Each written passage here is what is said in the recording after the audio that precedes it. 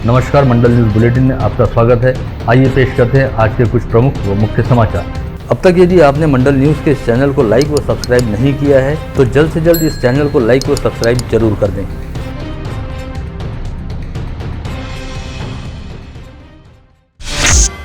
मोर्शी शहर में सिंभोरा रोड पर स्थित पुण्यनगरी कॉलोनी में एक घर में 4 से 5 डकैतों ने प्रवेश कर सोने व नगद रकम पर हाथ साफ कर दिया। यह घटना 19 सितंबर की रात घटित हुई। सिंभोरा रोड पर पुण्यनगरी कॉलोनी में जयप्रकाश फरतोड़े अपने परिवार के साथ रहते हैं। 19 सितंबर को वे अपनी पत्नी वैशाली फरतोड़े, मां शकुंतला, बेटी श्रावणी व बेटे आदेश के साथ घर में सोए हुए थे। तभी तड़के करीब 3 बजे के आसपास 4 से 5 अज्ञात बदमाश घर में घुसे और डकैतों ने घर में मौजूद सभी सदस्यों के हाथ बांध दिए। इसके बाद डकैतों ने करीब 25 ग्राम सोना व 11,000 रुपए नगद सहित 2 मोबाइल व सेटअप बॉक्स चुरा लिया। ये सभी डकैत फरतोड़े परिवार के घर में करीब 1 घंटे तक थे और इस दौरान फरतोड़े परिवार की सांसें फूली हुई थी।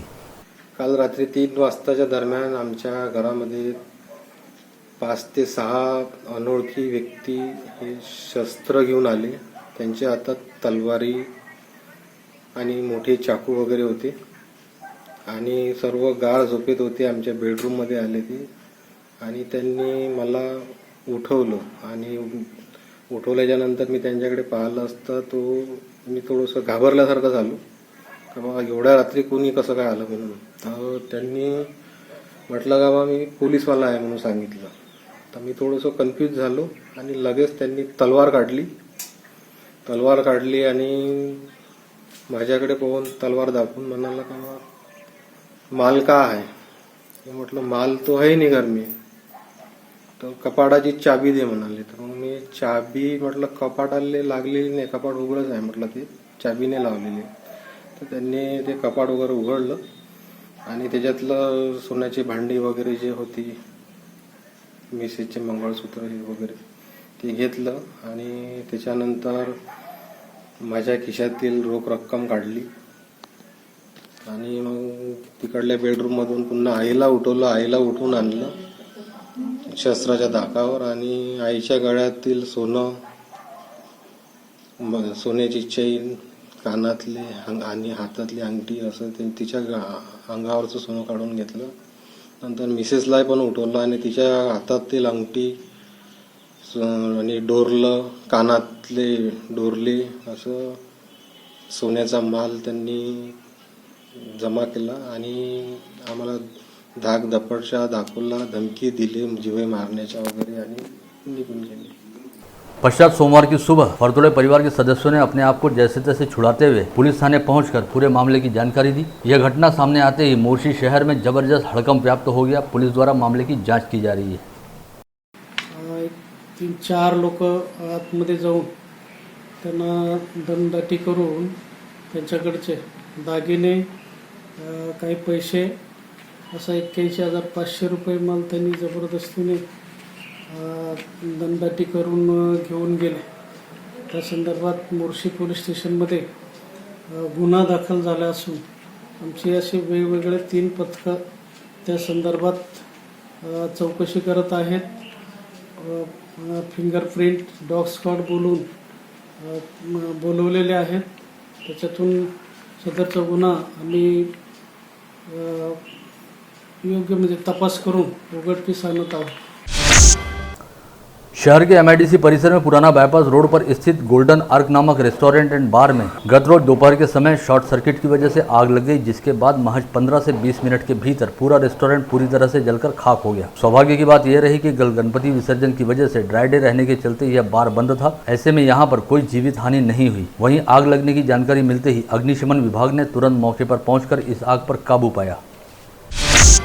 वाशिम जिले में एक मंदिर की रखवाली करने वाले बुजुर्ग दंपति की उनके घर में ही संदिग्ध हालत में लाश मिलने से समूचे जिले में हड़कंप मचा हुआ है। पुलिस भी इस मामले में चकरा गई है, क्योंकि बुजुर्ग आदमी की लाश खून से लथपथ थी और महिला के होंठों पर हल्का झाग था। पुलिस को कमरे की कुंडी भी अंदर से ही बंद मिली है। वाशिम जिले के डवहा गाँव में 2 किलोमीटर की दूरी पर नंगेनाथ महाराज का मंदिर है, जिसकी रखवाली देशमुख दंपति करते थे। 19 सितम्बर की दोपहर पुलिस को सूचना मिली कि घर में बुजुर्ग दंपति की लाश पड़ी है, जिसके बाद मौके पर पहुंचने के बाद पुलिस ने पाया कि 60 वर्षीय गजानन देशमुख की लाश लाश खून से लथपथ है और बाजू में उनकी 55 वर्षीय पत्नी निर्मला देशमुख की भी लाश पड़ी है, जिनके शरीर पर जख्म का कोई निशान नहीं है, बल्कि गले को किसी कपड़े से दबाने का प्रमाण जरूर मिला है। वहां पर पास में ही एक कुल्हाड़ी भी पड़ी थी। साथ ही निर्मला देशमुख के होठों पर हल्का झाग दिखाई दिया। प्राथमिक तौर पर पुलिस ने इसे हत्या का मामला माना है। लाशों के पास 2 छोटी बोतलें भी पड़ी हुई पाई गई। लाशों को पोस्टमार्टम के लिए भेज दिया गया है। रिपोर्ट आने के बाद मौत के सही कारणों का पता चलेगा।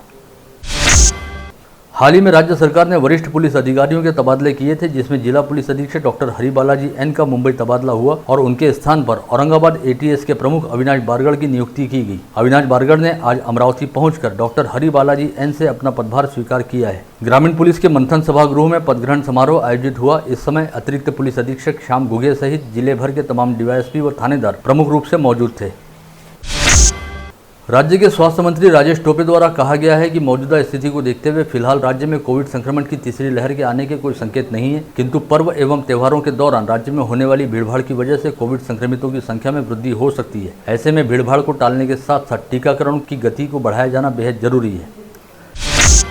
इस समय जहां एक और जिला मध्यवर्ती सहकारी बैंक के चुनाव के नामांकन वापसी की अंतिम तिथि नजदीक आ रही है, वहीं दूसरी ओर क2 यानी हाउसिंग व पदसंस्था निर्वाचन क्षेत्र से नामांकन दाखिल करने वाले प्रकाश बाबाराव कालवांडे की दावेदारी को उनके प्रतिस्पर्धी राजेंद्र महल्ले द्वारा मुंबई उच्च न्यायालय की नागपुर खंडपीठ में चुनौती दी गई है। महल्ले की ओर से दायर याचिका को स्वीकार करते हुए हाईकोर्ट ने इस पर सुनवाई हेतु आगामी 27 सितंबर की तारीख मुकर्रर की है।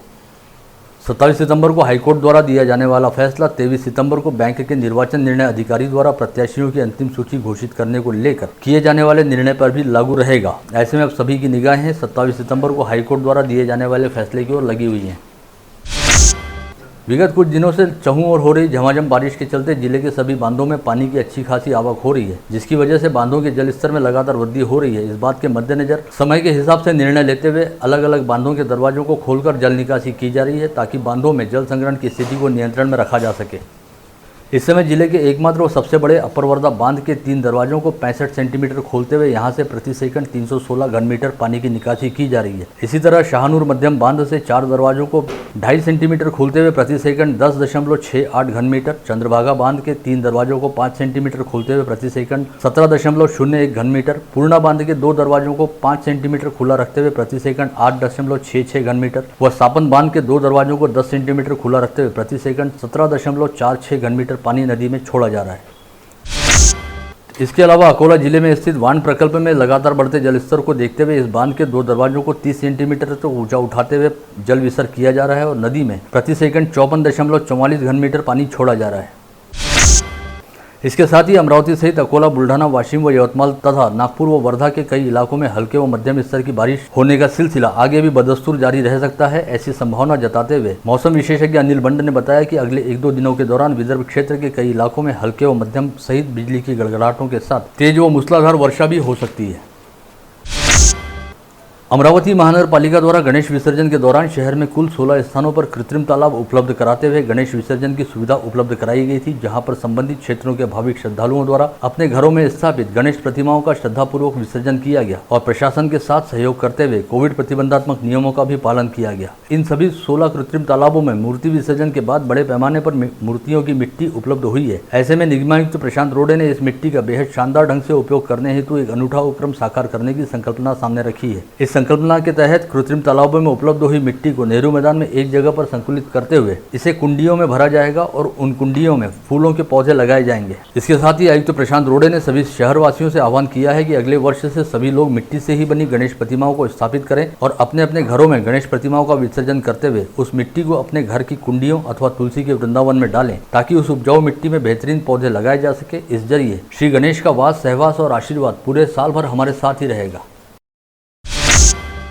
संत गाडगे बाबा अमरावती विद्यापीठ के पदव्युत्तर विधि विभाग द्वारा सूचित किया गया है कि सावित्रीबाई फुले पुणे विद्यापीठ की ओर से MS सेट 2021 की परीक्षा आगामी 26 सितंबर को आयोजित की जाएगी। यह परीक्षा अमरावती शहर के 18 परीक्षा केंद्रों पर ऑफलाइन पद्धति से ली जाएगी, जिसमें 7,512 विद्यार्थी हिस्सा लेंगे। इसके साथ ही इस परीक्षा में शामिल होने वाले दिव्यांग विद्यार्थियों से आह्वान किया गया है कि वे परीक्षा से 3 दिन पहले विधि विभाग प्रमुख तथा सेट परीक्षा के समन्वयक डॉक्टर विजय कुमार चौबे से संपर्क करें। इसके साथ ही इस परीक्षा में शामिल होने वाले सभी विद्यार्थियों को कुलगुरु डॉक्टर दिलीप मालखेड़े व कुलसचिव डॉक्टर तुषार देशमुख द्वारा शुभकामनाएं दी गई हैं।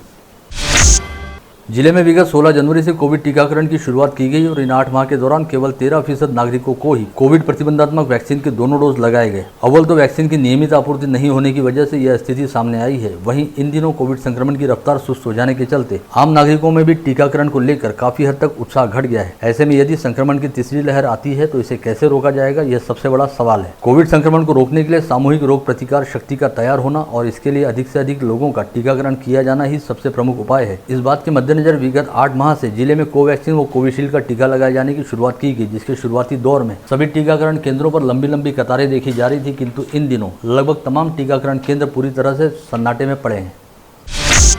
जारी माह के दौरान सोमवार 20 सितंबर को छठवां मौका रहा जब अमरावती जिले में कोई व्यक्ति कोविड संक्रमित नहीं पाया गया। साथ ही एक बार फिर पहले से अस्पताल में भर्ती किसी मरीज की कोविड संक्रमण के चलते जान नहीं गई। वहीं बीते 24 घंटे के दौरान 5 मरीज कोविड मुक्त होकर अस्पताल से अपने घर लौटे। जिले में इस समय तक कुल 96,714 संक्रमित पाए जा चुके हैं, जिनमें से कुल 95,112 संक्रमित मरीज कोविड मुक्त हो चुके हैं।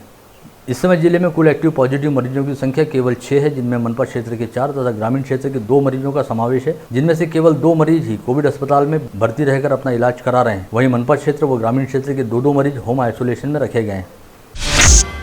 बीते 24 घंटे के दौरान 177 नागरिकों की कोविड टेस्ट की गई, जिसमें से किसी की टेस्ट रिपोर्ट पॉजिटिव नहीं आई। वहीं इस समय कोविड संक्रमित मरीजों के कोविड मुक्त होने का प्रमाण 98.33% है। वहीं सोमवार को समूचे संभाग में 7 नए संक्रमित मरीज पाए गए, जिनमें अकोला के 1, बुल्ढाना के 4 तथा वाशिम के 2 मरीजों का समावेश रहा। इसके अलावा संभाग में 11 मरीज कोविड मुक्त हुए, जिनमें अकोला के 1, यवतमाल के 1, बुल्ढाना के 2 तथा वाशिम के 2 नागरिक शामिल हैं। जिला परिषद के स्वास्थ्य विभाग के पास आज 3 बाइक एम्बुलेंस पहुंच गई हैं, जिनका स्वीकार करते हुए जिला स्वास्थ्य अधिकारी डॉक्टर दिलीप रणमले ने इन बाइक एम्बुलेंसों की विशेषताओं को जाना। साथ ही इन्हें मेलघाट जैसे दुर्गम आदिवासी क्षेत्रों में उपलब्ध कराए जाने की बात कही।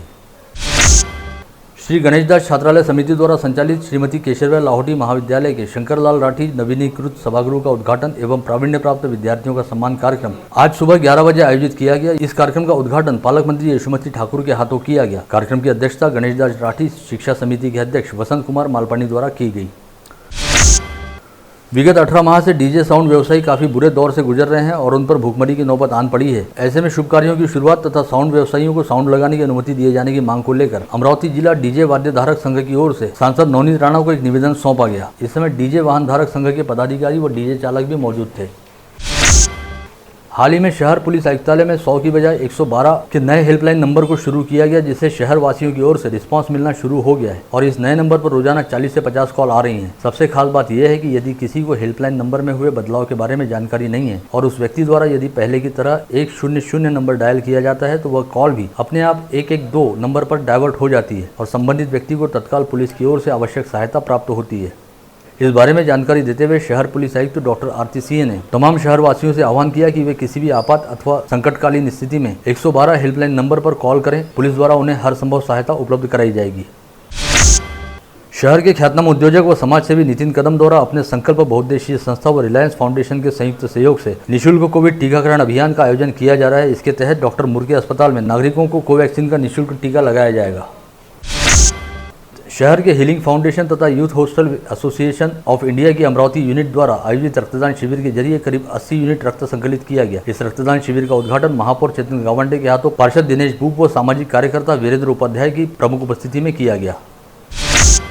अंबाड़ा गांव में हरीना फाउंडेशन व विजय Rao Dhole memorial social welfare foundation के संयुक्त तत्वाधान में नेत्र जांच व चश्मा वितरण शिविर का आयोजन किया गया। इस समय गांव के करीब 150 नागरिकों द्वारा मरणोपरांत नेत्रदान व अंगदान का संकल्प किया गया। साथ ही शिविर में बड़े पैमाने पर आंखों की समस्या रहने वाले मरीजों की नेत्र जांच करते हुए जरूरतमंद मरीजों को चश्मे वितरित किए गए। भारतीय छात्र संसद के जिला समन्वयक प्रथमेश कुमार भेले द्वारा यहां बुलाई गई पत्रकार परिषद में बताया गया कि भारतीय छात्र संसद foundation, MIT school of government तथा MIT world peace university Pune के संयुक्त तत्वाधान में 6 दिवसीय भारतीय छात्र संसद का आगामी 23 से 28 सितंबर के दौरान ऑनलाइन आयोजन किया जा रहा है। छात्र संसद के आयोजन का यह 11वां वर्ष है। छात्र संसदेचं आयोजन 23 ते 28 सप्टेंबर 2021 या दरम्यान करण्यात आलेला MIT 2011 पासून सामाजिक राजकीय क्षेत्रामधल्या युवकांचं नेतृत्व पुढे यावं आणि त्यांना राजकीय प्रशिक्षण द्यावं या हेतूनं MITने भारतीय छात्र संसदेचा उपक्रम हा सुरू केलेला आहे। राष्ट्रीय पातळीवर राबवला जाणारा हा उपक्रम भारतामधल्या संपूर्ण महाविद्यालयांमधले वेगवेगळ्या विद्यापीठांमधले विद्यार्थी या उपक्रमामध्ये सामील होतात। एक प्रकारे या विद्यार्थ्यांचं राजकीय प्रशिक्षण व्हावं आणि खऱ्या अर्थानं विद्यार्थ्यांचं नेतृत्व पुढे यावं या भूमिकेतून MIT हा प्रशिक्षणाचा कार्यक्रम राबवित असतो। गत रोज अमरावती के शहरी एवं ग्रामीण इलाकों में गणेश विसर्जन बेहद शांतिपूर्ण तरीके से संपन्न हुआ। इस दौरान शहर पुलिस आयुक्तालय एवं ग्रामीण पुलिस अधीक्षक कार्यालय की ओर से सभी क्षेत्रों में तगड़ा पुलिस बंदोबस्त लगाया गया था। गत रोज रविवार को 164 सार्वजनिक गणेश मंडलों द्वारा गणेश मूर्तियों का विसर्जन किया गया। वहीं एक अनुमान के तौर पर 12 से 15 हजार घरेलू गणेश प्रतिमाओं का भी विसर्जन हुआ। अमरावती शहर में बनाए गए गणेश विसर्जन स्थलों पर शहर पुलिस आयुक्त डॉक्टर आरती सिंह ने खुद भेंट देते हुए वहां पर तैनात बंदोबस्त का जायजा लिया और बंदोबस्त में तैनात अधिकारियों और कर्मचारियों के साथ चर्चा करते हुए उन्हें आवश्यक सूचनाएं भी दी। राज्य परिवहन निगम द्वारा अमरावती संभाग में सीधी सेवा भर्ती 2019 में राज्य परिवहन निगम अमरावती संभाग में चालक व वाहक का प्रशिक्षण पूरा करने वाले उम्मीदवारों को आगामी 30 अक्टूबर तक रिक्त सीटों के अनुसार सेवा में नियुक्ति देने का आश्वासन विभाग नियंत्रक श्रीकांत गबने द्वारा दिया गया है। इस बारे में विगत 18 सितंबर को राज्य परिवहन निगम की ओर से प्रहार जनशक्ति पार्टी के शहर प्रमुख बंटी रामटेके व अनशनकर्ताओं को पत्र दिया गया, जिसके बाद अनशनकारी उम्मीदवारों ने अपना अनशन समाप्त कर दिया। दिल्ली की सीमा पर विगत करीब 9 माह से किसान संयुक्त मोर्चा के बैनर तले किसानों द्वारा 3 कृषि कानूनों को रद्द करने की मांग को लेकर आंदोलन किया जा रहा है। ऐसे में अब संयुक्त किसान मोर्चा की ओर से आगामी 27 सितंबर को भारत बंद का ऐलान किया गया है। कृषि कानून को रद्द करने तथा बंद को सफल बनाने का आह्वान करते हुए किसान संघर्ष समन्वय समिति की ओर से इरविन चौक स्थित डॉक्टर बाबा साहब पुतला परिसर में आज से धरना आंदोलन शुरू किया गया है। भारत मुक्ति मोर्चा की ओर से जिलाधीश के जरिए राज्य के मुख्यमंत्री व गृहमंत्री को भेजे गए निवेदन में मांग की गई है। भीमा कोरेगांव मामले की जांच करने में काफी देरी की जा रही है, अतः इस मामले की जांच तत्काल पूरी कर दोषियों के खिलाफ कार्रवाई जल्द से जल्द की जाए। रिपाई आठवले गुट की ओर से जिलाधीश को सौंपे गए निवेदन में मांग की गई है कि मनपा क्षेत्र की 6 गांव झोपड़पट्टी परिसर में रहने वाले नागरिकों को PR कार्ड तत्काल उपलब्ध कराया जाए। इस परिसर में रहने वाले करीब 5000 नागरिक विगत 50 वर्षों से PR कार्ड से वंचित हैं। बडनेरा जूनी बस्ती के शादी खाना हॉल व सांस्कृतिक भवन का निर्माण कार्य जल्द से जल्द पूरा करने की मांग को लेकर क्षेत्रवासियों सहित जय संविधान संगठन की ओर से जिलाधीश को निवेदन सौंपा गया और प्रलंबित कामों को जल्द से जल्द पूरा करने की मांग की गई। युवा सेना के पूर्व जिला प्रमुख प्रकाश मारोटकर द्वारा तखतमल श्रीवल्लभ होम्योपैथिक वैद्यकीय महाविद्यालय के प्राचार्य एवं जिलाधीश को सौंपे गए निवेदन में कहा गया कि तखतमल होम्योपैथिक कॉलेज प्रशासन की गलत कार्यप्रणाली के चलते सैकड़ों छात्र स्कॉलरशिप से वंचित है, अतः इन छात्रों को जल्द से जल्द छात्रवृत्ति का लाभ दिया जाए। आयुक्तालय क्षेत्र में आपराधिक गतिविधियों में लिप्त तथा पुलिस महकमे को चकमा देकर फरार रहने वाले आरोपियों के खिलाफ पकड़ वारंट निकालकर उन्हें हिरासत में लेने की कार्रवाई गाड़गेनगर थाना पुलिस द्वारा आरंभ की गई है, जिसके तहत गाड़गेनगर थाना पुलिस ने अब तक पकड़ वारंट जारी कर 36 आरोपियों को गिरफ्तार किया है। शहर के व्यस्ततम व्यापारिक क्षेत्र कहे जाने वाले सिटी कोतवाली पुलिस थाना क्षेत्र के अंतर्गत आने वाले खत्री कॉम्प्लेक्स में 4 से 5 दुकानों के शटर तोड़कर अज्ञात चोरों द्वारा नगद रकम पर हाथ साफ किए जाने का मामला सोमवार की सुबह सामने आया है। इस मामले में सिटी कोतवाली पुलिस ने हरीश बजाज की शिकायत पर अज्ञात आरोपियों के खिलाफ चोरी का मामला दर्ज करते हुए मामले की जाँच शुरू की है। तलेगांव दशासर पुलिस ने आज सुबह गश्त के दौरान देवगांव से तलेगांव रोड पर नाकाबंदी के दौरान बोलेरो पिकअप वाहन से 7 गौवंश जानवरों को छुड़ाया और कुल 8,10,000 रुपए का माल जब्त किया। साथ ही बुल्ढाना जिले के सिंदखेड़ राजा निवासी संजय जाधव को हिरासत में लिया। अचलपुर तहसील के सिंधी गांव में रहने वाले अल्पभूधारक किसान अंबादास ताथोड़ ने जहर पीकर आत्महत्या कर ली। इस 65 वर्षीय किसान पर काफी हद तक कर्जा था, जिसे लौटाने की चिंता में डूबकर संभवतः उसने खुद अपनी जान दे दी। अकोला जिले के एंडली में रहने वाले पंजाबराव खाड़े व 3 अन्य लोग गणेशोत्सव निमित्त आयोजित भजन का कार्यक्रम निपटाकर अपने गांव लौट रहे थे, तभी मिनी ट्रक ने उनको टक्कर मार दी। इस हादसे में उद्धव वानखड़े की घटनास्थल पर ही मौत हो गई। यह हादसा दरियापुर तहसील अंतर्गत थिलोरी गांव में घटित हुआ। अंजनगांव सुरजी पुलिस थाने में स्टेशन डायरी पर काम करने वाले पुलिस कर्मचारी की अपने मोबाइल के जरिए वीडियो रिकॉर्डिंग करने वाली एक महिला के खिलाफ गोपनीयता का भंग करने का मामला दर्ज किया गया है। यह महिला अपने पति के खिलाफ शिकायत देने की बात कहते हुए पुलिस थाने पहुंची थी, जहां पर शिकायत दर्ज कराते समय उसने वीडियो रिकॉर्डिंग करनी शुरू की थी। फ्रेजरपुरा पुलिस थाना क्षेत्र में आने वाले राहुल नगर के सुदर्शन कॉलोनी में बंद घर को अज्ञात चोर ने निशाना बनाते हुए सोने के आभूषणों व नगद रकम पर हाथ साफ कर दिया। सुदर्शन कॉलोनी में रहने वाली महिला अपने बेटे के साथ विगत 18 सितंबर को गजानन नगर में रहने वाले अपने भाई के घर गई थी, जहां से वापस आने के बाद उसे अपने घर का दरवाजा खुला हुआ दिखाई दिया। नागपुर तुलजापुर हाईवे पर दत्तारामपुर गांव के पास सोमवार की सुबह 5 बजे एक ट्रक सड़क हादसे का शिकार हो गया। इस हादसे में ट्रक चालक बुरी तरह से घायल हुआ है। पता चला है कि दत्तारामपुर गांव के पास हाईवे का काम अधूरा पड़ा है, जिसकी वजह से यहां पर हमेशा ही सड़क हादसे घटित होते हैं। आप देख रहे थे मंडल न्यूज बुलेटिन। हमारे चैनल को लाइक करें, शेयर करें और हाँ, सब्सक्राइब करना ना भूलें। कल होगी आपसे फिर मुलाकात, तब तक के लिए धन्यवाद।